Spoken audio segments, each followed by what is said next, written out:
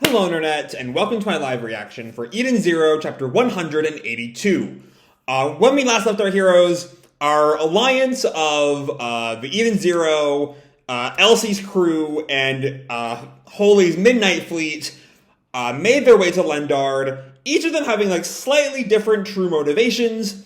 We know the plan is largely to let Rebecca just sort of summon the chronophage and let that take care of Ziggy. But Elsie has announced her plan just to her crewmates to take care of Ziggy before that can happen.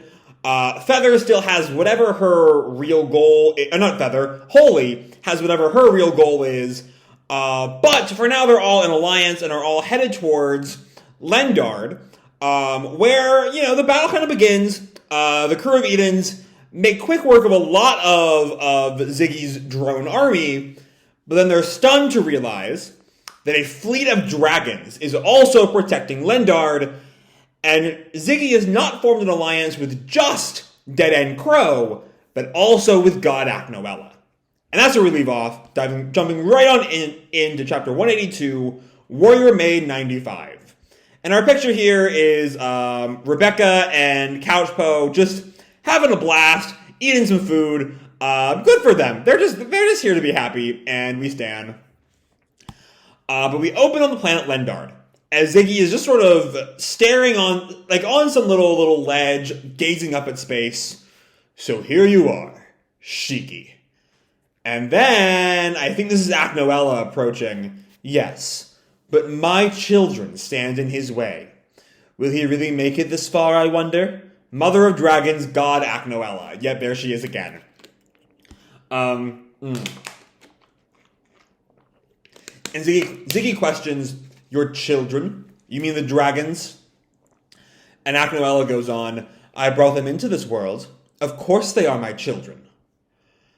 And Ziggy just sort of comments, dragons. And then he flashes back, way back, to the first scene in the entire series. Back before whatever memories re-entered his head, if that is what kind of happened. Back when he was still Shiki's doting grandfather. Oh, that star is moving! And Ziggy tells him, you know what that is? It's a dragon. A dragon? And then we come back to the present, and Ziggy is just sort of... I'm unsure how we're meant to take this scene. Is that grandfatherly aspect of Ziggy going to, fight back and try to make a reappearance or something? I don't know. But Acnoella notes Ziggy's somewhat discomfort. What is the matter, Lord Ziggy? And Ziggy tells her, oh, I was thinking about Shiki, the boy I thought of as my son, and how I'm about to kill him. Alright, I'm not sure that's true. I think there might be some uncertainty in Ziggy right now, but I don't know. We'll see. And Acnoella sort of acknowledges that, and then says, I share deeply in your aspirations for a world of only mechanical beings. The cosmoses have no need for human life forms. Okay, so she's also an android. Okay. Maybe I should have already figured that, but I don't know.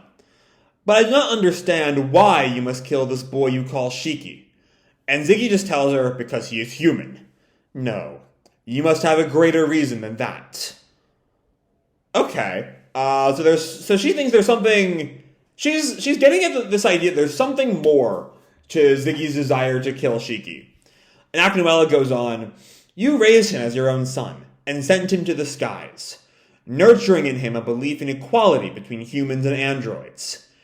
And Ziggy tells her, and I was wrong. That's my reason. With my own hands, I created a threat to the universe. Alright. So it is, the way that, and I was wrong, that's my reason, implies the reason is, that he was wrong to nurture that belief in equality, and because he did that, that's why he must kill Shiki. But then there's that I created a threat to the universe. Is that still tied up to this notion of equality? Or is it tied up in whatever mysterious circumstances Ziggy found Shiki? Again, there's still some kind of, we still don't know where Shiki came from. And a while back, I recall Ziggy commenting to the Dark Stars that, like, saving Shiki was the wrong choice and you should have killed him then and there. That we don't know why. I don't know. Shiki is the one who will destroy the cosmoses. Now I must use these hands to eliminate him. Okay. Interesting. I don't know. We'll see. I'm sure, I think by this arc's end, we'll have an idea of what exactly that's all about. We'll have where Shiki came from, how that ties into the grand Shiki cosmoses. I don't know. There's definitely something going on there. Anyway, back above Lendard, the dragons are just going at it. They're just flying around, shooting their lasers at the crew. Shiki calls out, "Dodge it!" And they all dodge the dragon blast. As Laguna seems at least either stressed. He does have this little grr noise. I can't tell if he's been, like, grazed or something. Or if he's just sort of freaking out, or, like, kind of panicking a little bit. But Wise really is panicking. They breathe fire? And Pino tells him, technically, it is a hyperthermic laser beam. And Hermit back on the ship announces, launching Scorpion missiles. And they fire the missiles towards the dragons. And they do seem to hit the dragons. It's unclear if that actually worked. Elsie declares to her fleet, fire! And they're also firing on the dragons. But that's not really doing too much. As Behrman frustratedly declares, our main cannons aren't affecting the dragons. And Sister says, damn it, they got thicker skin than the ones at Dragonfall. And a dragon just shoots some more lasers, seemingly at Elsie's more minor ships behind her. And Rebecca notes, Elsie's ships? And Hyoga tells her, don't worry, they're unmanned. Okay, so she just has this, like, fleet of drone ships. Okay. And Goen, still, this is not a great situation. And Elsie's still just like frustrated. Grr. And Holy announces, Holy Fleet, what are you doing? Eliminate the dragons. And one of her henchmen from last week, I'm going to go find her name again. Shiro is who it is, says, Roger that. The Midnight isn't a bunch of junk like Elsie's fleet. Then Ibuki says, firing special anti-dragon ether cannons. And yeah, we see the Midnight Fleet fires these different types of cannons towards the dragons, and it does seem to do major damage. Piercing them through, blowing them up, a bunch of dragons are falling. And Hermit is stunned. Anti-dragon? And Holy tells Hermit, I am technically still one of the Erasion Seis in Terra Stellar. Of course, I had considered the possibility that we would have to fight Acnoella. I'm not sure technically is the right word there. Like, she still is distinctly a member of the Interstellar. But either way, Sister's just kind of hyped at that. Nice! Blow them all away! And with that, the Midnight Fleet is just, piercing through dragons left and right. They're kind of the only ones who can do anything now.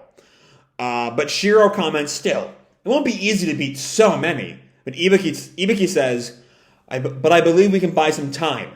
And Hermit gets to thinking, I see. Anti-dragon ether. If I reconfigure the ether's genetic material, I might be able to make some artificial anti-dragon ether. And Holy just gets on to her, don't be silly. Do you have any idea how many years it took for us to develop this ether? But just like that, Hermit's done it. Done! Stunning Holy. I don't think she was in any way expecting Hermit at all. I'm sharing the exchange format with Shiki, Elsie, and all the rest of you. Use these ether bullets. They should actually damage the dragons. And Shiki tells her, got it. And with that, Shiki's able to start. It's definitely not as insta-kill as the Midnight Fleets. None of these shots Shiki is pulling is like piercing right through the dragon's stomach. But it is definitely damaging them.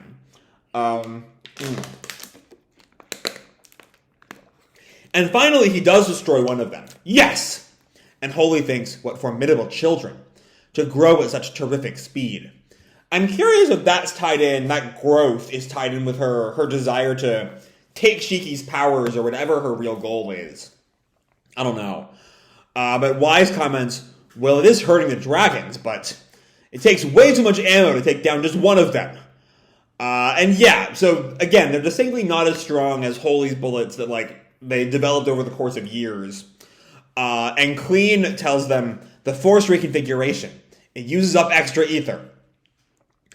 And Hermit gets right back to recalculating. I'm on it. This will work better in a close combat situation. Homura, you're up. Okay, what's Homura gonna do? And Homura's in a fucking mech! Like the mech fucking Kurenai used way back when.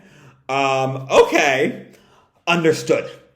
And Holy comments, close combat? You have Knight Gear on this ship too? And Knight Gear was what, we're told, a walking battle machine in the notes, but it is the same thing that Kurenai used.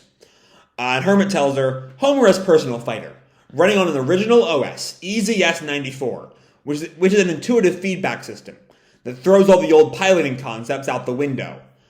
I'm not quite sure what that means, as we spent very little time with Knight Gears outside of Sun Jewel. But we see, it looks like maybe Homura's like, something it seems to be like plugged into Homura's leg. As the Knight Gear hangar opens, and Homura is ready for battle, all systems green. Now launching, as she flies out of the ship. Oh, that's nice. We see Warrior Maid 95 to arms. And the Knight Gear takes the shape of, it's very similar to Valkyrie. Very clear homage to Valkyrie there. That's some good shit right there. And Homura tells them, I'm a poor markswoman. I cannot fight in space save for this method. And of course, because she's using a sword, as opposed to a gun, which she doesn't really use. And Hermit announces, linking artificial anti-dragon ether, DS ether, to Warrior Maid 95's equipment. Oh, Dragon Slayer ether there. There's our good old fairy tale callback. And Homura announces, Homura Koketsu, the Sword of Edens, to battle. Warrior Maid, single sword attack, falling dragon flash. And she just cuts the dragons down. I think seemingly finally opening a path to Lendard, as Shiki declares, now! And Connor, Eden Zero and all accompanying vessels, prepare to storm Lendard. And everyone declares, aye, sir! And they all approach Lendard with the dragons sufficiently distracted. And I don't know if this is Rebecca or if we just focus on Rebecca given what this final line is. Time to begin. Operation Planet Eater. And yeah, that's where we leave off. As the dragons are at least handled for now. Maybe Homura is still like staying behind to deal with them. But at the very least, the rest of the crew is able to break through and get to Lendard.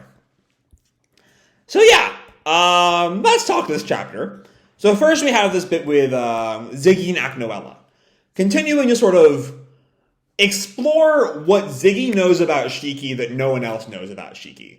You know, tying in with whatever made him give up on finding Mother when he first found Shiki all those years ago. And also why he wants to kill him now. And I don't know why. I don't quite understand. Like we still don't really know what his motivation is here. There's still a whole lot about Ziggy's feelings for Shiki that we just do not understand. But I think by the end of the war we'll know. Especially if the war is sort of Ziggy's endpoint of the story. If this is where Ziggy sort of, this is the climax of Ziggy's role as a villain, which again, it may or may not be. If so, then definitely by arc's end, we'll have a lot of answers as to just who Shiki is in a sort of cosmic sense. Because we just don't know right now what exactly the deal is with Shiki's true identity, so to speak. And then we just have the battle with the dragons, which there's not a whole lot to say here, but it is just really fun.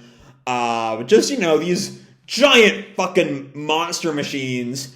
As the crew tries to work around how to deal with this, Holy has like the initial good idea with like having already spent years developing these anti-dragon bullets. But Hermit, to her infinite credit, reverse engineers the damn thing in in like seconds even. And, you know, it starts to work initially for the fighter jets, but it just takes too much damn ether, and so they stick it on Homura's fucking ether sword with a goddamn Knight Gear, and Homura just gets to kick some ass this chapter. Like, good for her. I will say, I do hope that Homura is not, like, relegated for the entire arc to beating up largely faceless mooks or whatever. You know, give her a real fight at some point. Don't just let her fight dragons forever and ever. But at the very least, the dragons have been thinned out enough. There is an opening to Lendard. And with that, Operation Planet Eater begins. So yeah, great chapter here. The war is just getting started, and I cannot wait to see how all this plays out. There's some good shit going on right here. But with that said, I'm going to leave this video off here. Hope you all enjoyed the chapter and the video itself. If you did, feel free to drop me a like or subscribe. You know, do whatever makes you happy, you know? And as always, your life is your own, okay? Bye!